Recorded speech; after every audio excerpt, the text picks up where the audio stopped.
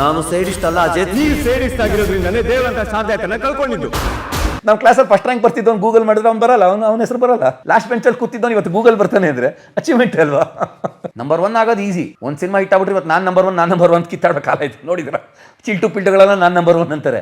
ದುಡಿತಿದ್ದಾಗೆಲ್ಲ ಶೋಕಿ ಮಾಡ್ಬಿಟ್ಟು ಆಮೇಲೆ ನನಗೆ ಸಹಾಯ ಮಾಡಿ ಅಂತ ಏನು ಕೇಳಬೇಕು? ಆಗಲ್ಲ. ನನಗೆ ಅದು ಮಾತ್ರ, ನನಗೆ ಆ ಸ್ಥಿತಿ ಮಾತ್ರ ದೇವರೇ ಅದು ಮಾತ್ರ ಕೊಡಬೇಡ. ಮೋಸ್ಟ್ ಆಫ್ ದ ಸ್ವತಂತ್ರನ ಕಿತ್ಕೊಂಡ್ಬಿಟ್ಟಿದ್ದಾರೆ. ಅವ್ರಿಗೆ ಬೇಕಾದವ್ರಿಗೆ ಕೊಡಿಸ್ತಾ ಇರ್ತಾರೆ ರೋಲು. ಮಾಡಬೇಡಿ.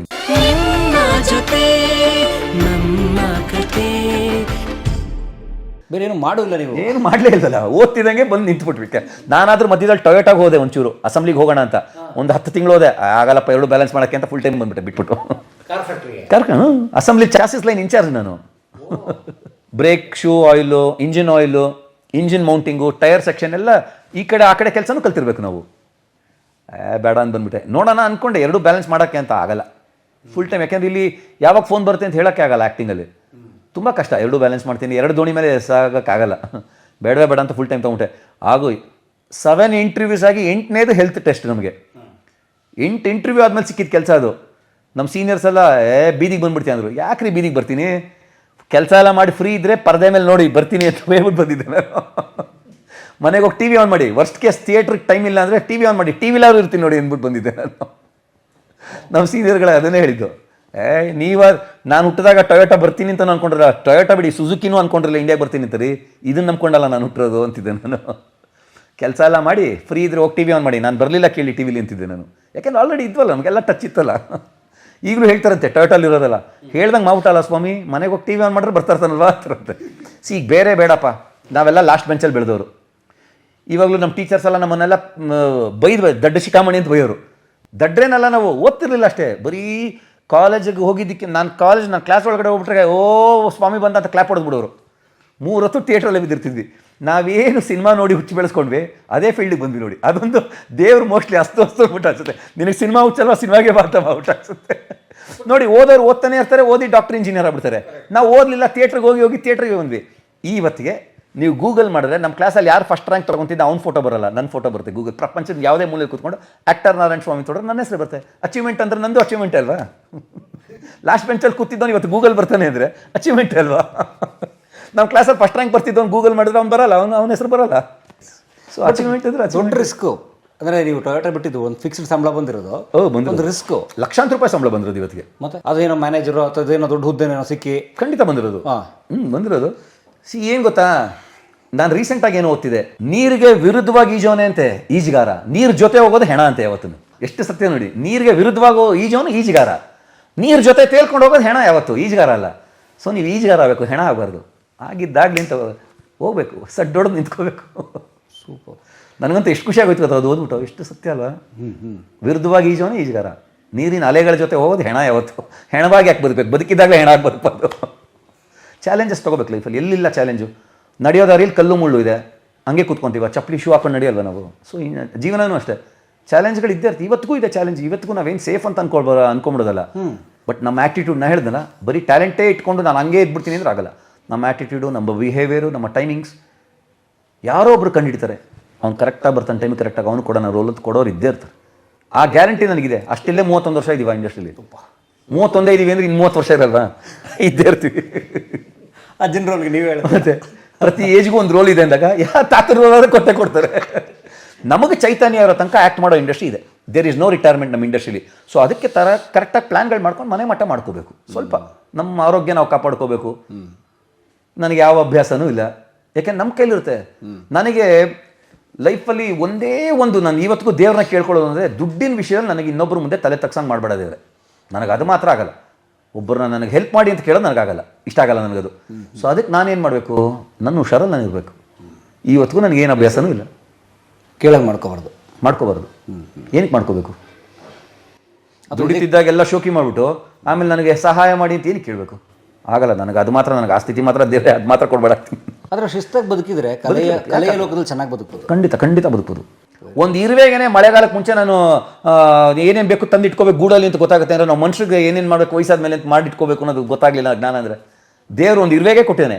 ಇನ್ನೇನು ಮಳೆಗಾಲ ಸ್ಟಾರ್ಟ್ ಆಗುತ್ತೆ ಅನ್ನೋದು ಮುಂಚೆ ದವಸ ಧಾನ್ಯಗಳನ್ನ ತಗೊಂಡೋಗಿ ಗೂಡಲ್ಲಿ ಇಟ್ಕೊಂಡಿರುತ್ತೆ. ಇನ್ನು ಮಳೆಯಲ್ಲಿ ನಾನು ಕೊಚ್ಕೊಂಡು ಹೋಗ್ಬಿಟ್ರೆ ಇನ್ನು ಅಂತ. ಸೊ ಆ ಇರುವೆಗೆ ಅಷ್ಟು ಬುದ್ಧಿ ಇದೆ ಅಂದಾಗ ನಾವು ಮನುಷ್ಯರು ಆಲೋಚನೆ ಮಾಡೋದನ್ನು ರಿಯಾಲಿಟಿ ತರೋ ಶಕ್ತಿ ಇರೋರು ನಾವು. ಸೊ ನಾವು ಮಾಡಲಿಲ್ಲ ಅಂದರೆ ಇನ್ಯಾರು ಬರ್ತಾರೆ? ನನ್ನನ್ನು ನಾನೇ ಹೆಲ್ಪ್ ಮಾಡ್ಕೊಳ್ಳಿಲ್ಲ ಅಂದರೆ ಜನ ಬಂದು ಮಾಡ್ತಾರೆ, ಅವೆಲ್ಲ ಸುಳ್ಳು. ಪ್ಲಾನ್ ಮಾಡಿದ ಸೋತ್ರ ಸ್ವಯಂಕೃತ ಅಪರಾಧ.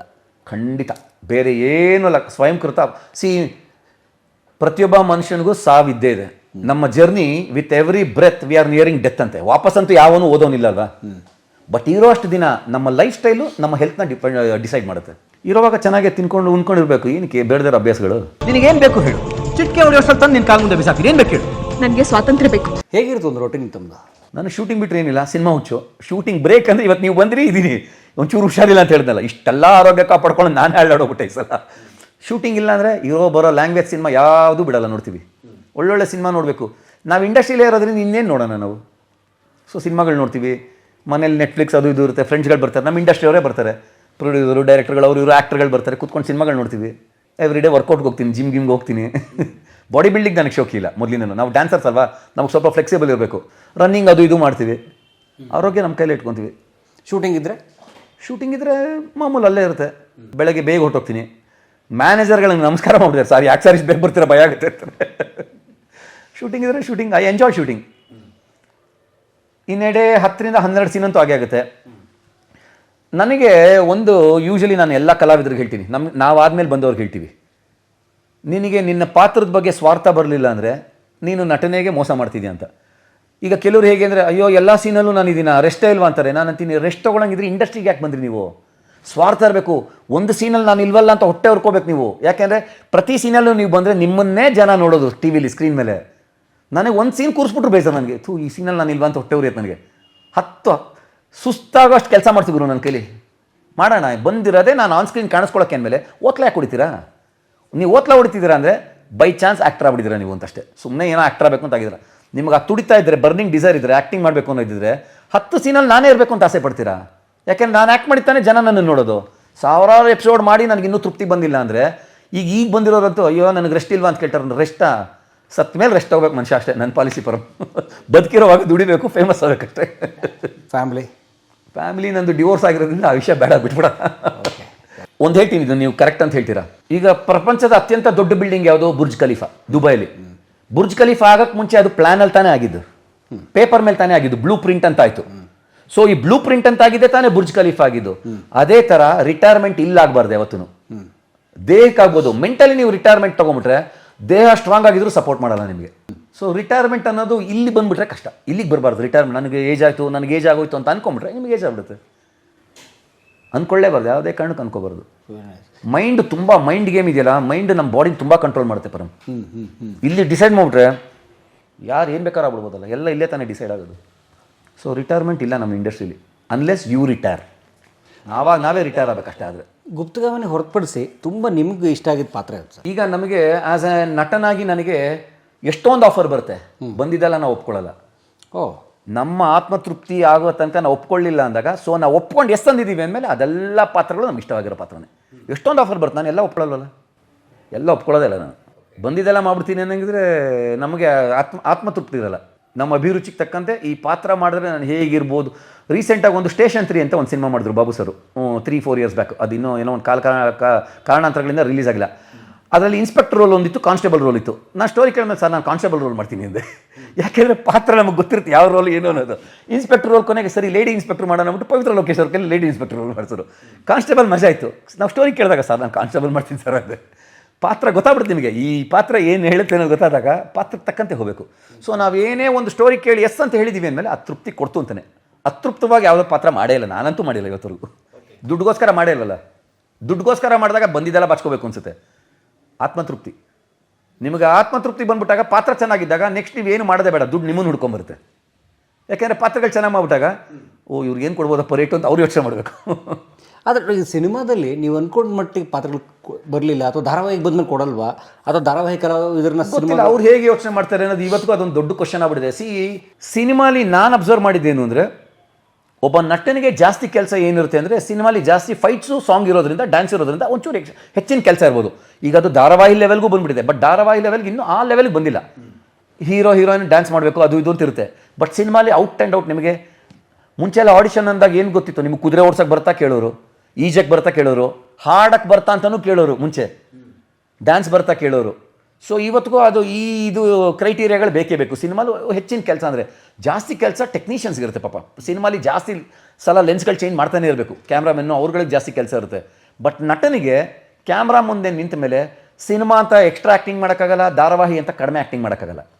ನಟನೆ ಒಂದೇ ಯಾವತ್ತೂ, ಅಲ್ಲಿಗೂ ಇಲ್ಲಿಗೂ ಏನೂ ವ್ಯತ್ಯಾಸ ಇಲ್ಲ. ಜಾಸ್ತಿ ಕೆಲಸ ಅವರು ಮಾಡ್ತಾ ಇರ್ತಾರೆ. ಸೊ ನಾನೊಬ್ಬ ನಟ ಅಷ್ಟೇ. ನೀನು ನನಗೆ ಒಳ್ಳೆ ಪಾತ್ರ ಕೊಟ್ಬಿಟ್ಟು ಒಳ್ಳೆ ಸಂಭಾವನೆ ಕೊಟ್ಟರೆ ಸಿನಿಮಾ ಆದ್ರೇನು ಸೀರಿಯಲ್ ಆದ್ರೇನು ನನ್ನ ಕೆಲಸ ನಾನು ಮಾಡ್ತೀನಿ, ನೀನು ಹೆಂಗೆ ತೋರಿಸಿ ಅನ್ನೋದು ನಿನ್ನ ಕೈಲಿದೆ. ಸೊ ಇಷ್ಟು ಇದ್ರ ಮಧ್ಯೆ 50 ಸಿನಿಮಾ ಆಗ್ಬಿಟ್ಟಿದೆ. ಬ್ರೇಕ್ ಸಿಗಬೇಕು. ಬ್ರೇಕ್ ಈಗ ಅಂಥ ದೊಡ್ಡ ದೊಡ್ಡ ಅಚೀವ್ ಮಾಡಿದವರು ವಿಷ್ಣು ಸರು, ರಾಜ್ಕುಮಾರ್ ಅಣ್ಣವರೇ ನಾನು ಇನ್ನೂ ಏನೂ ಸಾಧನೆ ಮಾಡಿಲ್ಲ ಅಂತ ಹೇಳ್ತಿದ್ರು ಅಂದರೆ ಎಷ್ಟು ಕೊರಗಿರ್ಬೇಕು ಅವ್ರಿಗೆ. ಅಚೀವ್ಮೆಂಟ್ ಅನ್ನೋದು ಸ್ಕೈ ಇಸ್ ದ ಲಿಮಿಟ್. ನಿಮಗೆ ಅದಕ್ಕೆ ಇದೇ ಇಲ್ಲ, ಎಂಡೇ ಇಲ್ಲ. ನೋಡಿ ಅಮಿತಾಬ್ ಬಚ್ಚನ್ ಅವ್ರು ಇವತ್ತಿಗೂ ಏನು ಅಪ್ಡೇಟ್ ಆಗಿದ್ದಾರೆ, ಎಂಥ ನಟ, ಮಹಾನ್ ನಟ. ನಮ್ಮ ಕಣ್ಮುಂದೆ ಕಾಣಂತ ಮೊನ್ನೆ ಧರ್ಮೇಂದ್ರ ಅವ್ರು ಹೋಗ್ಬಿಟ್ರು. ಏನೇನು ಸಿನಿಮಾಗಳು ಮಾಡ್ರು ಧರ್ಮೇಂದ್ರ ಅವ್ರು, ಎಷ್ಟು ಕಷ್ಟಪಟ್ಬಿಡ್ಯಾರೆ ಧರ್ಮೇಂದ್ರ ಅಲ್ಲ, ಎಂಥ ಸ್ಫುರದ್ರೂಪಿ ನಟ ಬೇರೆ ಅವರು. ಮತ್ತು ಅವ್ರುಗಳೇ ನಾವು ಇನ್ನೂ ಏನೂ ಅಚೀವ್ ಮಾಡಿಲ್ಲ ಅಂತಿದ್ದಾರೆ ಅಂದಾಗ ನಾವು ಏನೇನೂ ಅಲ್ಲ, ನಾವೆಲ್ಲ ಅವ್ರನ್ನ ನೋಡ್ಕೊಂಡು ಬೆಳೆದಿರೋರು ಅಷ್ಟೇ. ನಾವು ನೋಡ್ಕೊಂಡು ಕಲ್ತೋರು. ಇನ್ನೇನಾದರೂ ಬಿಡಿ ಆ ಬಾಲಿವುಡ್ ತನಕ ಹೋಗೋದೇ ಬೇಡ. ನಮ್ಮದ್ರಲ್ಲೇ ಅಣ್ಣವ್ರು ಆಡು ಮುಟ್ಟದ್ದು ಸೊಪ್ಪಿಲ್ಲ ಅನ್ನೋ ಥರ ಪಾತ್ರಗಳನ್ನ ಮಾಡ್ಬಿಟ್ರಲ್ಲ. ಏನು ಮಾಡಿಲ್ಲ ರಾಜ್ಕುಮಾರ್ ಅವರು, ಅದ್ರ ಮುಂದೆ ಏನು ಸಾಧನೆ, ಬೆಟ್ಟದಷ್ಟು ಸಾಧನೆ. ಏನು ಅದ್ರ ಮುಂದೆ ಏನು ಅವ್ರ ಥರ ಹಾಡೋಕ್ಕಾಗತ್ತಾ ನಮ್ಮ ಕೈಲಿ, ಅವ್ರ ಥರ ಅಭಿನಯ ಮಾಡೋಕ್ಕಾಗತ್ತಾ, ಅವ್ರ ಥರ ಅಂಗಶುದ್ಧಿ ಇಟ್ಕೊಳಕ್ಕಾಗತ್ತಾ ಯೋಗ ಮಾಡಿಕೊಂಡು. ನಂಬರ್ 1 ಸ್ಥಾನದಲ್ಲಿದ್ದರು, ನಂಬರ್ 1 ಸ್ಥಾನದಲ್ಲೇ ಉಳಿಬೇಕು ಅನ್ನೋದಕ್ಕೋಸ್ಕರ ಅವ್ರು ಏನೇನು ಮಾಡ್ಕೊಂಡ್ರು. ನಂಬರ್ 1 ಆಗೋದು ಈಸಿ. ಒಂದು ಸಿನಿಮಾ ಹಿಟ್ ಆಗ್ಬಿಟ್ರೆ ಇವತ್ತು ನಾನು ನಂಬರ್ 1 ಕಿತ್ತಾಡೋ ಕಾಲ ಆಯಿತು. ನೋಡಿದ್ರ ಚಿಲ್ಟು ಪಿಲ್ಟುಗಳೆಲ್ಲ ನಾನು ನಂಬರ್ 1 ಅಂತಾರೆ. ಅಂಥರಲ್ಲಿ ಅಂಥ ನಟ ನಾನು ಚೆನ್ನಾಗಿರ್ಬೇಕು ಅನ್ನೋ ಕಾರಣಕ್ಕೆ ಯೋಗ ಮಾಡಿ ತನ್ನ ದೇಹನ ದಂಡಿಸ್ಕೊಂಡು ಹಾಡುಗಳನ್ನ ಅಷ್ಟು ಚೆನ್ನಾಗಿ ಹಾಡಿ ಅದ್ರ ಮುಂದೆ ಏನು ತೃಣ ಮಾತ್ರ ಎಳ್ಳಷ್ಟು ಇಲ್ಲ. ಸೊ ಅಂಥವ್ರನ್ನ ನೋಡ್ಬಿಟ್ಟಾಗ ನಾವು ಏನು ಮಾಡಿದ್ದೀವಿ ಅನಿಸ್ಬಿಡುತ್ತೆ. ನನಗಂತೂ ಅವ್ರನ್ನ ನೆನೆಸ್ಕೊಂಬಿಟ್ರಂತೂ ನಾವು ಏನೇನೋ ಅಲ್ಲ ಅನಿಸ್ಬಿಡುತ್ತೆ. ಎಂತೆಂಥ ಸಿನಿಮಾ ನೋಡಿದ್ದೀವಿ, ಎಂತೆಂಥ ಸಮಾಜ ಮುಖವಾಗಿ ಎಂತೆಂಥ ಬದಲಾವಣೆಗಳು ತಂದ ಸಿನಿಮಾ ಅವ್ರದ್ದು. ವಸಂತ ಗೀತ ಅಂತ ಒಂದು ಸಿನಿಮಾ ಬಂದಾಗ ಎಷ್ಟೋ ಡಿವೋರ್ಸ್ ಕೇಸ್ಗಳು ಕೋರ್ಟಲ್ಲಿ ವಾಪಸ್ ತೊಗೊಂಬಿಟ್ರಂತೆ. ನನ್ನ ಗಂಡ ಬೇಕು, ನನ್ನ ಹೆಂಡತಿ ಬೇಕು ಅಂತ ವಾಪಸ್ ತೊಗೊಂಡ್ರಂತೆ. ಬಂಗಾರದ ಮನುಷ್ಯ ಮಾಡಿದಾಗ ಎಂಥ ಜನ ರೈತಾಪಿ ಜೀವನಕ್ಕೆ ವಾಪಸ್ ಹೊಟ್ಟೋದ್ರು. ಮತ್ತು ಆ ಥರದ್ದು ನಾವೇನು ಮಾಡಿದ್ವಿ, ಏನೂ ಮಾಡಿಲ್ಲ ಜೀವನದಲ್ಲಿ. ನಾವು ಮಾಡಿದ ಸೀರೆಗಳನ್ನ ನೋಡಿ ಶಬಾಸ್ ಅಂದಿದ್ದಾರೆ ಅಷ್ಟೇ ಜನ. ನಮ್ಮಿಂದ ಯಾರು ಒಂದು 4 ಜನ ಉದ್ಧಾರ ಆಗಿದ್ರು ಅಂತ ಯಾರೂ ಹೇಳಿಲ್ಲ. ಅಣ್ಣವ್ರ ಸಿನಿಮಾಗಳನ್ನ ನೋಡಿ ಚೇಂಜ್ ಆದವ್ರು ಇದ್ದಾರೆ ಲೈಫಲ್ಲಿ. ಆವತ್ತಿನ ನಿರ್ದೇಶಕರಾಗಿದ್ದರು, ಆವತ್ತಿನ ಸಬ್ಜೆಕ್ಟ್ಗಳಾಗಿತ್ತು. ಇವತ್ತಿಗೆ ನಾವು ಇದ್ದೀವಿ ಅಷ್ಟೇ, ಇಂಡಸ್ಟ್ರೀಲಿ ಇದ್ದೀವಿ.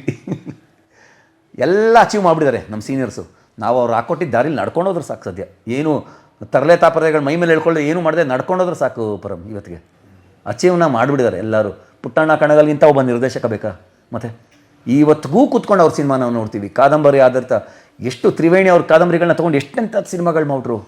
Female oriented. ಆ ಕಾಲಕ್ಕೆ ಕಲ್ಪನಾ, ಆರ್ತಿ ಅವ್ರು ಮಾಡಿದ ಫೀಮೇಲ್ ಓರಿಯೆಂಟೆಡ್ಗಿಂತ ಬೇಕಾ ನಿಮಗೆ?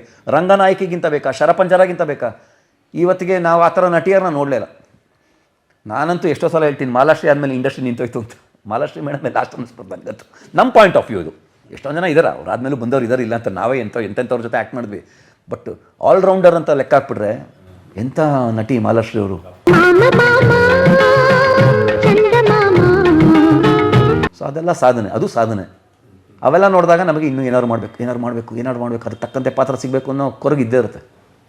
ಇದು ಈಗ ಪ್ರೆಸೆಂಟ್ ಮಾಡಿದಿರೋ ಪ್ರಾಜೆಕ್ಟ್. ಈಗ ನಿನ್ನ ಜೊತೆ ನನ್ನ ಕತೆ ಸುವರ್ಣಗೆ ಮಾಡ್ತಾಯಿದ್ದೀನಿ. ಆಲ್ಮೋಸ್ಟ್ ಬೆಟ್ಟದ ಹೂ ಆದಮೇಲೆ ಯಾವುದೂ ಮಾಡಿರಲಿಲ್ಲ ನಾನು, ಅದು ಸುವರ್ಣಗೆ ಮಾಡಿದ್ದು. ಅದಾದಮೇಲೆ ಒಂದು 6 ಸಿನಿಮಾ ಆಯಿತು. ಒಂದು 2-2.5 ವರ್ಷ ಗ್ಯಾಪ್ ಆದಮೇಲೆ ತಿರ್ಗಾ ಸುಮಾರು ಆಫರ್ ಬರ್ತಿತ್ತು, ಒಪ್ಕೊತಿರ್ಲಿಲ್ಲ. ನನ್ನ ಕೆರಿಯರಲ್ಲಿ ಫಸ್ಟ್ ಟೈಮು ಒಂದು ಬೆಳೆದು ನಿಂತ ಹೀರೋಯಿನ್ಗೆ ಅಪ್ಪನ ರೋಲ್ ಮಾಡ್ತಾಯಿದ್ದೀನಿ. ಇಷ್ಟು ವರ್ಷ ನಾವೇ ಹೀರೋ ವಿಲನ್ಗಳು ಮಾಡಿಬಿಟ್ವಿ. ಇನ್ನು ಏಜ್ ಆಯ್ತಲ್ಲ, 48 ವರ್ಷ ಆಯ್ತು, ಇನ್ನೂ ನಾನು ಹೀರೋ ಮಾಡ್ತಿರೋದಾಗಲ್ಲ. ಈಗ ಮೊದಲನೇ ಸಲ ಅಪ್ಪನ ರೋಲ್ ಮಾಡಿದ್ದೀನಿ. ಸೊ ಫಸ್ಟ್ ಟೈಮ್ ಅಪ್ಪನ ರೋಲ್ ಮಾಡ್ತೀನಿ ಅಂದಾಗ ಯೋಚನೆ ಮಾಡಿ ತೊಗೋಬೇಕು. ಸೊ ಅವ್ರ ಸ್ಟೋರಿ ಹೇಳಿದ್ದು ಎಷ್ಟು ಚೆನ್ನಾಗಿತ್ತು ಅಂದರೆ ತುಂಬ ಚೆನ್ನಾಗಿತ್ತು. ನಿಮ್ಮ ಮನೆಗೆ ಬರೋ ಸೊಸೆನೇ ನಿಮ್ಮ ಮಗಳು, ಬಟ್ ನಿಮಗೆ ಗೊತ್ತಿರಲ್ಲ ನಿಮ್ಮ ಮಗಳು ಅಂತ. ಬರೀ ನಿಮ್ಮ ಹೆಂಡತಿ ಮಗಳನ್ನ ಹುಡುಕಾಟದಲ್ಲಿ ಇರ್ತೀರಾ. ನಿಮ್ಮ ಮನೆಗೆ ಒಂದು ಹುಡುಗಿ ಬರ್ತಾಳೆ, ನಿಮ್ಮ ಅಳಿಯನೇ ಮದುವೆ ಆಗಿ ಬರ್ತಾಳೆ, ನಿಮ್ಮ ಅಕ್ಕನ ಮಗನೇ ಮದುವೆ ಆಗಿ ಬರ್ತಾಳೆ, ಬಟ್ ಅವಳೇ ನಿಮ್ಮ ಮಗಳು ಅಂತ ಗೊತ್ತಿಲ್ಲ. ಬಂದವಳನ್ನ ಮಗಳು ಅಂತ ಗೊತ್ತಿಲ್ಲೇ ಒಂದೊಂದು ಸಲ ಪ್ರೀತಿಸ್ತೀರಾ, ಒಂದೊಂದು ಸಲ ದ್ವೇಷಿಸ್ತೀರಾ. ಕೊನೆಯಲ್ಲಿ ಗೊತ್ತಾಗುತ್ತೆ ಅವಳೇ ನಿಮ್ಮ ಮಗಳು ಅಂತ ಅಂದರು. ಇದಕ್ಕಿಂತ ಟ್ವಿಸ್ಟ್ ಬೇಕಾ ಚಾಲೆಂಜು? ಸೊ ಒಪ್ಕೊಂಡೆ. ಈಗ ಇನ್ನೊಂದು ಧಾರಾವಾಹಿ ಮೋಸ್ಟ್ಲಿ ಒಂದು ಉದ್ಯೋಗ ಮಾಡ್ಬೋದು. 2 ಸಿನಿಮಾ ಬೇರೆ ನಡೀತದೆ. ಸಿಂಧೂರಿ ಅಂತ ಒಂದು ಮುಹೂರ್ತ ಆಗಿದೆ ಆಲ್ರೆಡಿ ಏಪ್ರಿಲಲ್ಲೇ. ಬಿಟ್ಟರೆ ದಶರಥ ರಾಮ ಅಂತ ವರ್ಕಿಂಗ್ ಟೈಟ್ಲ್ ಇಟ್ಕೊಂಡು ಪೃಥ್ವಿರಾಮ್ ಅಂತ ಒಬ್ಬರು ಡೈರೆಕ್ಟ್ರು ಆಲ್ರೆಡಿ 4 ದಿನ ಶೂಟಿಂಗ್ ಮಾಡಿದ್ದೀನಿ. ಈಗಲೂ ಶೂಟಿಂಗ್ ನಡೀತಾ ಇದೆ ಅವ್ರದ್ದು, ನಮ್ಮದು ನಡೀತಾ ಇಲ್ಲ. ಇನ್ನೊಂದು ಪೋರ್ಷನ್ ನಡೀತಾ ಇದೆ. ನಂದು ಡಿಸೆಂಬರ್ ಕೊನೆಯ ವೀಕಲ್ಲಿ ಪೊಲೀಸ್ ಸ್ಟೇಷನ್ ಒಳಗಡೆ ಎಲ್ಲ ಅದರಲ್ಲಿ ಇನ್ಸ್ಪೆಕ್ಟರ್ ನಾನು. ಸೊ ನಡೀತಾ ಇದೆ ಸಿನಿಮಾಗಳು. ಒಂದು 4-5 ಸಿನಿಮಾ ಇದೆ, ರೆಡಿ ಇದೆ. ಯಾವಾಗ ರಿಲೀಸ್ ಆಗುತ್ತೆ ಗೊತ್ತಿಲ್ಲ. ನಮ್ಮ ಕೆಲಸ ಆ್ಯಕ್ಟಿಂಗ್ ಮಾಡಿದ್ಮೇಲೆ ಡಬ್ಬಿಂಗ್ ಮುಗಿಸ್ಬಿಟ್ಮೇಲೆ ನಮ್ಮ ಕೈಲಿ ಏನೂ ಇರಲ್ಲ ಪರಂ. ಇನ್ನೆಲ್ಲ ನಿರ್ದೇಶಕರು ನಿರ್ಮಾಪಕರ ಕೈಲಿರುತ್ತೆ, ನಮ್ಮ ಕೈಲಿ ಏನೂ ಇರಲ್ಲ. ಫ್ರಾಂಕ್ಲಿ ಸ್ಪೀಕಿಂಗ್ ನಮ್ಮ ಕೈಲಿ ಏನೂ ಇರಲ್ಲ. ನಿನ್ನ ಜೊತೆ ನನ್ನ ಕಥೆ. ಈಗ ಧಾರಾವಾಹಿಗಳು ಸ್ವಲ್ಪ ತುಂಬ ಗ್ಲಾಮರಸ್ ಆಗ್ತದೆ, ಬದುಕಿಂದ ದೂರ ಇರುವಂಥದ್ದು ಮಾಡ್ತಿದ್ದಾರೆ ಅಂತೆಲ್ಲ ಹೇಳ್ತಾರೆ. ಉದಾಹರಣೆಗೆ ಗುಪ್ತಗಾಮನೆ ಮಾಡೋ ಟೈಮಲ್ಲಿ ಅವಾಗ ಒಂಚೂರು ರಿಯಲಿಸ್ಟಿಕ್ ಹತ್ರ ಇರ್ತಿತ್ತು. ಆಗುತ್ತೆ ಇವತ್ತಿಗೆ ಆವಾಗ ಇಂಡಸ್ಟ್ರಿಯಲೈಸೇಷನ್ ಅಂತಿತ್ತು. ಇವಾಗ ನಮ್ಮ ತಂದೆ ತಾಯಿ ಎಲ್ಲ ಕಂಪ್ನಿಗಳಲ್ಲಿ ಕೆಲಸ ಮಾಡ್ತಿದ್ದವರು. ಆವಾಗೆಲ್ಲ 15-20 ಸಾವಿರ ಕೊಟ್ಟರೆ ಸೂಪರ್ ಸಂಬಳ ಆ ಕಾಲಕ್ಕೆ. IT ಅಂತ ಬಂದಮೇಲೆ ನಿಮಗೆ ಲಕ್ಷ ಅನ್ನೋದು ಬಂದ್ಬಿಟ್ಟು ಸಣ್ಣ ಸಣ್ಣ ಮಕ್ಕಳು ಕಾರ್ ತೊಗೊಂಡು ಓಡಾಡೋಂಗೆ ಆಗೋಯ್ತು. ಇವತ್ತಿಗೆ ಗ್ಲಾಮರ್ ಅನ್ನೋದು ರಿಯಲ್ ಲೈಫಲ್ಲೂ ಚೇಂಜ್ ಆಯಿತು. ಅದು ಹಂಗೆ ರಿಯಲ್ ಲೈಫಲ್ಲಿ ಏನು ನೋಡ್ತೀವಿ ಅದನ್ನೇ ತಾನೇ ನಾವು ಸಿನಿಮಾ ಧಾರಾವಾಹಿಲಿ ತೋರಿಸ್ಬೇಕು. ಇವತ್ತಿಗೆ 1000 ಕೋಟಿನೇ ಮಾತಾಡ್ತಾರೆ ಎಲ್ಲ ಹೀರೋಯಿನ್ಗಳು ಏನು ಮಾತಾಡ್ತಾರೆ. ಸೊ ಕ್ಯಾನ್ವಾಸ್ ದೊಡ್ಡದಾಗ್ತಾ ಬಂತು, ಜೀವನದ ಕ್ಯಾನ್ವಾಸು ದೊಡ್ಡದಾಯಿತು. ಆವಾಗಿನ ಕಾಲದಲ್ಲಿ ಅಪ್ಪ ಅಮ್ಮಂದ್ರು ಒಂದು ಕಾರ್ ತೊಗೋಬೇಕು ಅಂದರೆ ದೊಡ್ಡ, ಮನೆಗೆ ಒಂದು ಫೋನ್ ಬಂದ್ಬಿಟ್ರೆ ನಾವು ಸಾವುಕಾರರು ಅನ್ನೋ ಥರ ಬಿಡು. ಮನೆಗೆ ಒಂದು ಟಿವಿನೇ, ದೂರದರ್ಶನ ಅಂತ ಒಂದು ಸಿನಿಮಾ ಬಂತಲ್ಲ, ಏನದು ಇಡೀ ಏರಿಯಾಗೆ ಒಂದು ಟಿವಿ ಬಂದುಬಿಟ್ರೆ ಎಲ್ಲರ ಮನೇಲಿ ಹೋಗಿ ಟಿವಿ ಕುತ್ಕೊಂಡು ಅವ್ರ ಮನೇಲಿ ನೋಡ್ತಿದ್ದ ಕಾಲ ಅದು. ಇವತ್ತು ಹಂಗಲ್ಲ, ಹಾಲ್ಗೊಂದು ಟಿವಿ ಅಂದರೆ ಮಕ್ಕಳ ರೂಮ್ಗೆ ಒಂದೊಂದು ಟಿವಿ ಬಂದಿದೆ, ಮನೇಲೆ 3 ಟಿವಿ ಇದೆ. ಸೊ ಲೈಫ್ ಸ್ಟೈಲ್ ಇಂಪ್ರೂವ್ ಆಯಿತು, ಎಲ್ಲರ ಹತ್ರ ದುಡ್ಡು ಬರೋಕ್ಕೆ ಜಾಸ್ತಿ ಆಯ್ತು ಇವತ್ತಿಗೆ, ಯಾಕೆಂದರೆ ಫಾರಿನ್ ಕಂಪ್ನಿಗಳೆಲ್ಲ ಬಂತು. ಸೊ ನಿಮ್ಮ ಜೀವನದ ಕ್ಯಾನ್ವಾಸ್ ದೊಡ್ಡದಾಯ್ತು ಅಂದಾಗ ಅದನ್ನು ಸಿನಿಮಾಲು ದೊಡ್ಡ ಕ್ಯಾನ್ವಾಸಲ್ಲೇ ತೋರಿಸ್ತಾರೆ. 1000 ಕೋಟಿ ಓನರು ಹೀರೋ. ಆವಾಗೆಲ್ಲ ಹೀರೋ ಅಂದರೆ ಒಳ್ಳೆಯವನು ಅಂತ ತೋರಿಸೋರು. ಇವತ್ತಿಗೆ ನಿಮಗೆ ಓಡ್ಕೊಂಡು ಬಡ್ಕೊಂಡಿರೋನೇ ದೊಡ್ಡ ಹೀರೋನ ಹತ್ರ ನೀವು ಎಕ್ಸಾಂಪಲ್ ತೊಗೊಳಂಗೆ ಆಗೋಗ್ಬಿಟ್ಟಿದೆ ಇವತ್ತಿಗೆ ಅಲ್ವಾ. ಸೊ ಪರ್ಸ್ಪೆಕ್ಟಿವ್ ಚೇಂಜ್ ಆಗ್ತಾ ಹೋಗುತ್ತೆ. ಆವತ್ತಿಗೆ ವಿಲನ್ಗಳಿಗೆ ಹೊಡಿತಿದ್ದ ಹೀರೋ. ಹೌದು ಗುರು, ನಮ್ಮ ಹೀರೋ ಅಂದರೆ ಹೊಡೆದ್ರು ನೋಡೋರಿಗೆ ಅಂತ ಹೇಳ್ತಿದ್ರು ವಿಲನ್ಗೆ, ಕೆಟ್ಟ ಕೆಲಸ ಮಾಡೋನಿಗೆ. ಇವತ್ತಿಗೆ ಕೆಟ್ಟ ಕೆಲಸ ಮಾಡೋನೇ ಹೀರೋ ಅಂತ ತೋರಿಸ್ತಾ ಇದ್ದೀರಲ್ಲ ಸಿನಿಮಾಗಳು ಮಾಡಿ. ಸೊ ಏನು ಎಕ್ಸ್ಪೆಕ್ಟ್ ಮಾಡ್ತೀರಾ ನೀವು? ಏನು ಮಾಡೋಕ್ಕಾಗಲ್ಲ. ಗೋ ವಿತ್ ದ ಫ್ಲೋ ಅಂತ ಮಾಡ್ತಾ ಇರ್ಬೇಕು ನಾವುಗಳು, ಅವ್ರಗಳ ಜೊತೆನೇ ಮಾಡ್ತಾ ಇರ್ಬೇಕಷ್ಟೆ. ಅದೇ ವ್ಯತ್ಯಾಸ. ಆ ಕಾಲ ಇತ್ತಂತೆ, ನನ್ನ ಮಗ ರಾಜ್ಕುಮಾರ್ ಥರ ಹುಟ್ಟಬೇಕು ಅಂತ, ಕೆಟ್ಟ ಕೆಲಸ ಮಾಡಿದ್ರೆ ಯಾಕೋ ವಜ್ರಮುನಿ ಥರ ಆಡ್ತೀಯ ಅನ್ನೋರಂತೆ. ಎಂಥ ನಟ ವಜ್ರಮುನಿ ಕೂಡ, ನಟ ಭಯಂಕರ. ಬಟ್ ತಂದೆ ತಾಯಂದ್ರಲ್ಲ ಒಳ್ಳೆ ವಜ್ರಮುನಿ ಥರ ಆಡಬೇಡ ಅನ್ನೋರಂತೆ. ಇವತ್ತು ನೀವು ಆ ಥರ ಎಕ್ಸಾಂಪಲ್ ಕೊಡೋಕೆ ಯಾರು ಇರಲ್ಲ, ಯಾರು ಹೇಳ್ತೀರ? ಹೀರೋನೇ ವಿಲನ್ನು ಎಲ್ಲದರಲ್ಲೂ. ನೀವು ಪೀಕಲ್ಲಿ ಅಂದರೆ ನೀವು ತುಂಬ ಬ್ಯುಸಿ ಇದ್ದಾಗ ಒಟ್ಟೊಟ್ಟಿಗೆ ಎಷ್ಟು ಸೀರಿಯಲ್ ಮಾಡಿರ್ಬೋದು ನೀವು? ಒಂದೊಂದು ಸಲ ಅಂತೂ 4-5 ಸೀರಿಯಲ್ಗಳಾಗ್ಬಿಡೋದು. ನಮಗೆ ಮಾಡೋಕ್ಕೆ ಇಷ್ಟ ಇಲ್ಲ ಅಂದ್ರೂ ಪ್ರೀತಿಲಿ ಕಟ್ಟಾಕ್ಬಿಡೋರು ನಮ್ಮನ್ನು. ಮಾಡು ನಾನು ಅಡ್ಜಸ್ಟ್ ಮಾಡ್ತೀನಿ ಡೇಟ್ಸು ಅಂತ ಮಾಡಿ ಬೆಳೆಸಿದ್ರು ನಮ್ಮನ್ನು. ಆ ಥರ ತುಂಬ ಚೆನ್ನಾಗಿ ಬೆಳೆಸಿದ್ರು. ಸುಳ್ಳಲ್ಲ, ನಿರ್ಮಾಪಕರು, ನಿರ್ದೇಶಕರು, ಪ್ರೊಡಕ್ಷನ್ ಮ್ಯಾನೇಜರ್ಗಳಿಗೂ ಹ್ಯಾಟ್ಸ್ ಆಫ್ ಹೇಳಬೇಕು, ಬೆಳೆಸಿದ್ರು ನಮ್ಮನ್ನು. ಇಲ್ಲಾಂದ್ರೆ ಎಲ್ಲಿ ಬೆಳೆಯೋಕ್ಕಾಗ್ತಿತ್ತು? ಸರ್ ನಾಳೆ ಒಂದು ಸಿನಿಮಾ ಕೇಳ್ತಾ ಇದ್ದಾರೆ, ಎಷ್ಟು ಗಂಟೆಗೆ ಹೋಗ್ಬೇಕು ಅಂತ. ಪರವಾಗಿಲ್ಲ ಸರ್, ಮಧ್ಯಾಹ್ನ ಬೇಕಾದ್ರು ಬಾ ಅಂತಿದ್ದಾರೆ ಅಂದರೆ ಒಂದು 2 ಸೀನ್ ಹಾಕೊಂಡು ಕಳಿಸಿ ಇವನು ಅನ್ನೋದು. ಅವ್ರು ಆ ಥರ ಸಪೋರ್ಟ್ ಮಾಡಿದ್ರೆ ನಾವು ಹೆಂಗೆ ಬೆಳಿತಿದ್ವಿ? ಆ ಥರ ಸಪೋರ್ಟ್ ಮಾಡಿ ಬೆಳೆಸಿದ್ರು. ಆ ಥರ ಪೀಕಲ್ಲಿದ್ದಾಗ 4-5 ಸೀರಿಯಲೆಲ್ಲ ಮಾಡ್ಬಿದ್ದೀನಿ ನಾನು ಒಟ್ಟೊಟ್ಟಿಗೆ. ಒಂದೇ ಚಾನಲಲ್ಲಿ 2 ಸೀರಿಯಲ್ ಮಾಡ್ಬಿದ್ದೀನಿ. ನಮಗೆ ಕಷ್ಟ ಆಗೋದು, ಬಟ್ ನಿನಗೆ ಯಾಕೆ ಬಾ ಅಡ್ಜಸ್ಟ್ ಮಾಡ್ಕೊತೀವಿ ಅಂತ ಕರೆದು ಪ್ರೀತಿಯಿಂದ ಮಾಡಿಸೋರು ನಮ್ಮನ್ನು. ಆ ಪ್ರೀತಿ ಇರ್ತಿತ್ತು. ನಿರ್ದೇಶಕರ ಕೈಲಿ ಕಂಟ್ರೋಲ್ ಇರ್ತಿತ್ತು. ಇವತ್ತಿಗೂ ಹೇಳ್ತೀನಿ ಕೇಳಿ, ಆ ಲಗಾಮ್ ಅನ್ನೋದು ಏನು ಇಂಡಸ್ಟ್ರಿ ಲಗಾಮ್ ನಿರ್ದೇಶಕನ ಕೈಲಿ ಕೊಟ್ಟು ನೋಡಿ ಎಲ್ಲಿಗೋ ಹೋಗುತ್ತೆ ಇಂಡಸ್ಟ್ರಿ. ಇವತ್ತಿಗೆ ಚಾನಲ್ ಕೈಲಿದೆ, ಚುಕ್ಕಾಣಿ ಚಾನಲ್ ಹಿಡ್ಕೊಂಡಿದೆ. ಏನು ಮಾಡ್ತಾರೆ ಪಾಪ ನಿರ್ದೇಶಕ? ಇವಾಗ ನೀವೇ ಡೈರೆಕ್ಟರ್ ಅಂದ್ಕೊಳ್ಳಿ ಪರಂ, ನಿಮಗೆ ನಾರಾಯಣ ಸ್ವಾಮಿ ಕ್ಯಾಲಿಬರ್ ಏನು ಅಂತ ಗೊತ್ತಿರುತ್ತೆ. ಈ ಪಾತ್ರ ನಾರಾಯಣ ಸ್ವಾಮಿ ಮಾಡಬೇಕು ಅಂತ ಹೇಳ್ತೀರಾ ನೀವು. ಚಾನಲ್ ಬೇಡ ಅಂದಾಗ ನೀವೇನು ಮಾಡ್ತೀರಾ? ನೀವು ನನ್ನ ಜೀವದ ಗೆಳೆಯ ಆಗಿದ್ರು ನೀವು ನನಗೆ ರೋಲ್ ಕೊಡೋಕ್ಕಾಗಲ್ಲ. ನಿಮಗೆ ನನ್ನ ಜಾಗದಲ್ಲಿ ಇನ್ಯಾರನ್ನೋ ತಂದು ಕೂರಿಸ್ತಾರೆ, ನಿಮ್ಮ ಕೈಲಿ ಅವ್ನ ಕೈಲಿ ಕೆಲಸ ತಗ್ಸೋಕ್ಕಾಗಲ್ಲ. ಅವಾಗ ನೀವೇನು ಮಾಡ್ತೀರಾ? ಹಾಳು ಬಿದ್ದೋಗ್ಲಿ ಅಂತ ಮಾಡ್ತೀರಾ. ಚಾನಲ್ ಎಲ್ಲದಕ್ಕೂ ಮೂಗು ತೋರಿಸೋದನ್ನು ನಿಲ್ಲಿಸ್ಬೇಕು. ಬಿಡಿ, ನಿರ್ದೇಶಕರಿಗೆ ಬಿಡಿ. ಯಾಕೆ ಇಷ್ಟು ವರ್ಷ ನಡ್ಸ್ಕೊಂಬಂದಿಲ್ವಾ?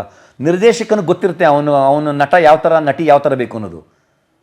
ಅವರೇನು ದಡ್ರ ಅಲ್ವಲ್ಲ, ಅವರು ಚಪ್ಪಲಿ ಸೌಸಿಲ್ವ ಇಂಡಸ್ಟ್ರಿಲಿ ಎಷ್ಟು ವರ್ಷ. ಮತ್ತು ಅಸಿಸ್ಟೆಂಟ್ ಡೈರೆಕ್ಟರ್ ಆಗಿ, ಅಸೋಸಿಯೇಟ್ ಆಗಿ, ಇವತ್ತಿಗೆ ಆ್ಯಕ್ಷನ್ ಕಟ್ ಹೇಳೋದು ರೇಂಜಿಗೆ ಬಂದು ನಿಂತಿದ್ದಾರೆ ಅಂದರೆ ಅವರು ಕಣ್ಣಾರೆ ನೋಡ್ತಾರೆ ಯಾವ ನಟನ ಕೈಲಿ. ಈಗ ನಾನು ಒಂದು ಸ್ಟೋರಿ ಬರ್ದಿದ್ದೀನಿ, ನಾನು ಸ್ಟೋರಿ ಬರೀಬೇಕಾದ್ರೆ ಇದನ್ನು ಯಾಕೆ ಕೈಲಿ ಮಾಡಿಸ್ಲಿ ನನ್ನ ತಲೆಯಲ್ಲಿರುತ್ತೆ. ಅದು ಬಿಟ್ಬಿಟ್ಟು ನನಗೆ ಇನ್ನೇನೋ ಚಾಯ್ಸ್ ಕೊಟ್ಟಾಗ ಏನು ಮಾಡ್ತೀರಾ ಪಾಪ? ಕೈ ಕಾಲು ಕಟ್ಟಾಕ್ಬಿಟ್ಟು ಈಜು ಅಂದರೆ ನಿರ್ದೇಶಕನಿಗೆ ಎಲ್ಲಿಂದ ಈಜ್ತಾನೆ? ಬಿಡಿ, ಫ್ರೀಡಮ್ ಕೊಡಿ, ಡೈರೆಕ್ಟರ್ಗೆ ಫ್ರೀಡಮ್ ಕೊಡಿ. 100 ಎಪಿಸೋಡ್ ಪ್ರೂವ್ ಮಾಡಲಿಲ್ಲ ಅಂದರೆ ಡೈರೆಕ್ಟರ್ಗೆ ಶೇಮ್ ಆಗ್ಬಿಟ್ಟು ಅವನೇ ಬಿಟ್ಬಿಡ್ತಾನೆ, ಆಯ್ತು ಬಿಟ್ಬಿಡಪ್ಪ ನನ್ನ ಅಂತ. ನೀವು ಕೊಡಿ, ಫ್ರೀಡಮ್ ಕೊಡಿ. ಫ್ರೀಡಮ್ ಕೊಟ್ಟರೆ ತಾನೆ ಅವ್ರಿಗೆ ಬಿಡಬೇಕು, ಪಾತ್ರಗಳ ಚಾಯ್ಸ್ನ ಅವ್ರಿಗೆ ಕೊಡಬೇಕು. ಆವಾಗ ನೋಡಿ ಎಲ್ಲಿಗೆ ಹೋಗುತ್ತೆ. ಇದು ಯಾವತ್ತಿದ್ರೂ ನಿರ್ದೇಶಕರ ಮೀಡಿಯಾ, ಇದು ಅವ್ರ ಕೈಲೇ ಇರೋದು. ಈ ಪಾತ್ರ ಇವ್ರು ಮಾಡಬೇಕು ಅಂತ, ಯಾಕೆಂದರೆ ಅವರೇ ತಾನೇ ವಿಷನರಿ, ನಿರ್ದೇಶಕ ತಾನೇ ವಿಷನರಿ. ಮತ್ತು ಇಲ್ಲಾಂದರೆ ಶಂಕರ್ನಾಗ ಅಷ್ಟು ಚಿಕ್ಕೋರು ಮುತ್ತಿನ ಕಥೆಯನ್ನು ಡೈರೆಕ್ಟ್ ಮಾಡೋಕ್ಕಾಗ್ತಿತ್ತ ಅಂತ ಮೇರು ನಟನಿಗೆ?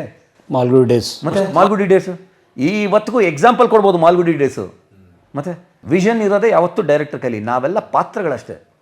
ಅವನೇ ಕುಂಬಾರ, ಅವ್ನಿಗೆ ಯಾವ ಮಣ್ಣು ಬೇಕು ಜೇಡಿ ಮಣ್ಣು ತೊಗೊಂಡು ಅವ್ನು ಯಾವ ಶೇಪ್ ಕೊಡ್ತಾನೆ ಮಡಕೆ ಆ ಶೇಪ್ ಹಾಕ್ತೀವಿ ನಾವು. ನಿರ್ದೇಶಕನೇ first ultimate captain of the ship director. ಇವತ್ತಿಗೂ ಕೊಟ್ಟು ನೋಡಿ, ಯಾಕಾಗಲ್ಲ ನೋಡೋಣ. ಬಟ್ ಇವತ್ತಿಗೆ ಚಾನಲ್ಗಳು ನಿರ್ದೇಶಕರಿಗೆ ಸ್ವತಂತ್ರ ಕೊಡ್ತಿಲ್ಲ. ಮೋಸ್ಟ್ ಆಫ್ ದ ಸ್ವತಂತ್ರನ ಕಿತ್ಕೊಂಡ್ಬಿಟ್ಟಿದ್ದಾರೆ. ಅವ್ರಿಗೆ ಬೇಕಾದವ್ರಿಗೆ ಕೊಡಿಸ್ತಾ ಇರ್ತಾರೆ ರೋಲು. ಮಾಡಬೇಡಿ ಹಿಂಗೆ. ಅಫ್ಕೋರ್ಸ್ ಇಂಡಸ್ಟ್ರಿ ನಿಂತು ನೀರಾಗಬಾರ್ದು, ಹೊಸ ಅಲೆ ಬರ್ತಾನೆ ಇರಬೇಕು. ಬಟ್ ನಿರ್ದೇಶಕರಿಗೆ ಒಂದು ಚಾಯ್ಸ್ ಮಾಡೋ ಆಯ್ಕೆ ಕೊಡಿ. ಅದು ಮಾಡಲಿಲ್ಲ ನೀವು ಅಂದಾಗ ಫೇಲ್ಯೂರ್ ಅಲ್ವಾ ಅದು? ಪ್ರಾಡಕ್ಟ್ನ ಹೆಂಗೆ ತೆಗಿತೀರಾ ಅಲ್ವಾ? ಅವನಿಗೆ ಗೊತ್ತಿರುತ್ತೆ ಎಷ್ಟು ಸಿಮೆಂಟ್ ಹಾಕಬೇಕು, ಎಷ್ಟು ಮರಳು ಹಾಕಬೇಕು, ಎಷ್ಟು ಜಲ್ಲಿ ಹಾಕಬೇಕು, ಎಷ್ಟು ನೀರು ಹಾಕಬೇಕು ಅಂತ. ಅದು ಬಿಟ್ಬಿಟ್ಟು ನೀನು ಹೇಳ್ದಂಗೆ ಮಾಡ್ಬಿಟ್ರೆ ಅದು ತೆಳ್ಳಗಾಗ್ಬಿಡುತ್ತೆ, ಇನ್ನೇನೋ ಆಗ್ಬಿಡುತ್ತೆ. ಅವ್ನಿಗೆ ಗೊತ್ತಿರ, ಅವನು ಬಿಟ್ಬಿಡಿ. ಕಲಾವಿದರು ಯಾವತ್ತೂ ಜೇಡಿ ಮಣ್ಣಷ್ಟೇ. ಆ ಮಡಕೆ ಯಾವ ಥರ, ಚಿಕ್ಕ ಮಡಕೆ ಬೇಕಾ, ದೊಡ್ಡ ಹೂಜಿ ಬೇಕಾ, ಏನು ಬೇಕು, ಅಥವಾ ಒಂದು ಹಂಡೆನೇ ಮಾಡಬೇಕಾ ಅನ್ನೋದು ನಿರ್ದೇಶಕ ಡಿಸೈಡ್ ಮಾಡ್ತಾನೆ. ಸಿನಿಮಾಗಳು ಈಗಲೂ ಬರ್ತವೆ. ಬರ್ತಾನೆ ಇದೆ. ಹೇಳಿದ್ನಲ್ಲ, ನಮಗೆ ಪಾತ್ರ ಮಾಡಬೇಕು. ನೀವು ಯಾವುದೇ ಕಲಾವಿದನ ಕೇಳಿ ನಿನಗೇನು ಇಷ್ಟ ಅಂದರೆ ನಾನು ಕ್ಯಾಮ್ರಾ ಮುಂದೆ ಇರೋದು ಇಷ್ಟ ಅಂತಾನೆ. ಬಣ್ಣ ಹಚ್ತಾ ಇರಬೇಕು ಅಷ್ಟೇ. ಅದು ಸಿನಿಮಾ ಆದ್ರೇನು, ಹಿರಿತೆರೆ ಆದ್ರೇನು, ಕಿರಿತೆರೆ ಆದ್ರೇನು, end of the day sir ನೀವು ಚೆನ್ನಾಗಿ ಮಾಡಿದಿರಿ ಇದರಲ್ಲಿ ಅಂತ ಹೇಳೋದು ಆಡಿಯನ್ಸೇ ಅಲ್ವಾ? ಗುಪ್ತಗಾಮಿನಿಯಲ್ಲಿ ನಾನು ಇವತ್ತು ಮಾತಾಡಿಸ್ತಾ ಇದ್ದಾರೆ ಅಂದರೆ ಅದಕ್ಕೇನೆ. ಸರ್ ನಿಮ್ಮ ದೃಶ್ಯ 2 ಅಲ್ಲಿ ನೋಡಿದೆ ಅಂತ ಸಿನಿಮಾ ಅವರು ಆಡಿಯನ್ಸ್ ಅಷ್ಟೇ. ಕೊನೆಗೆ ಪ್ರೇಕ್ಷಕನೇ ನಿಮ್ಮನ್ನು ಮೆಚ್ಚಬೇಕು. ನಮ್ಮ ಬೆನ್ನನ್ನು ತಟ್ಟೋದೇ ಪ್ರೇಕ್ಷಕನೇ ಮಹಾಪ್ರಭು. ಅದಕ್ಕೆ ಅಲ್ವಾ ಅಣ್ಣವ್ರು ಹೇಳಿದ್ದು ಅಭಿಮಾನಿ ದೇವರು ಅಂತ. ಅವನು ಡಿಸೈಡ್ ಮಾಡಿದ್ಮೇಲೆ ಮುಗಿದಾಯ್ತು. ಅವನೇ ಮೆಚ್ಕೋಬೇಕಾಗಿರೋದು. ನನ್ನ ಸಿನಿಮಾ ನಾನೇ ಮಾಡಿ CD ಹಾಕೊಂಡು ನೋಡೋಕ್ಕೆ ನಾನೇ ಯಾಕೆ ನೋಡ್ಬೇಕು cinema? End of the day ನಾನು ಪ್ರಾಡಕ್ಟ್ನ ಎತ್ಕೊಂಡೋಗಿ ಕೊಡಬೇಕಾಗಿರೋದೇ ಅಲ್ವಾ ಜನಕ್ಕೆ. ಅದು ಯಾವುದೇ ಬಿಸ್ನೆಸ್ ಇರ್ಬೋದು. ನಾನು ಒಂದು ಹೋಟ್ಲು ಮಾಡಿದ್ರು ಜನನೇ ತಾನೇ ಬಂದು ತಿನ್ಬೇಕು, ಶಬಾಸ್ ಅನ್ಬೇಕು. ಸೊ ನಟನೇನು ಅಷ್ಟೇ, ನಾನು ಏನೇ ಮಾಡಿದ್ರು end of the day deliver ಆಗೋದೇ ಅದು ಎಂಡ್ ಕಸ್ಟಮರ್ ಯಾವತ್ತೂ ಪ್ರೇಕ್ಷಕನೇ, ಅವ್ನು ಮೆಚ್ಕೋಬೇಕು. ಸೊ ಕಲಾವಿದರಿಗೆ ನಿತ್ಯ ನಿರಂತರವಾಗಿ ಕ್ಯಾಮ್ರಾ ಮುಂದೆ ಇರೋದೇ ಆಸೆ ಪಡ್ತಾರೆ. ಅದು ಥಿಯೇಟ್ರ್ ಇದ್ದರೆ ಸ್ಟೇಜ್ ಮೇಲೆ ಇರೋಕ್ಕೆ ಆಸೆ ಪಡ್ತಾನೆ, ಹಿರಿತೆರೆ ಆದರೆ ಕ್ಯಾಮ್ರಾ ಮುಂದೆ ಇರೋಕ್ಕೆ ಆಸೆ ಪಡ್ತಾನೆ ಅಷ್ಟೇ.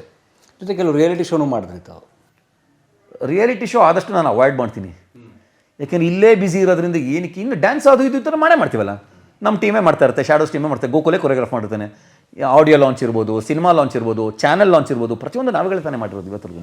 ರಿಯಾಲಿಟಿ ಶೋಗೆಲ್ಲ ಹೋಗ್ಬೇಕಂದ್ರೆ 100 ದಿನ ಕೊಡೋಷ್ಟೆಲ್ಲ ಫ್ರೀ ನಾನೂ ಇಲ್ಲ.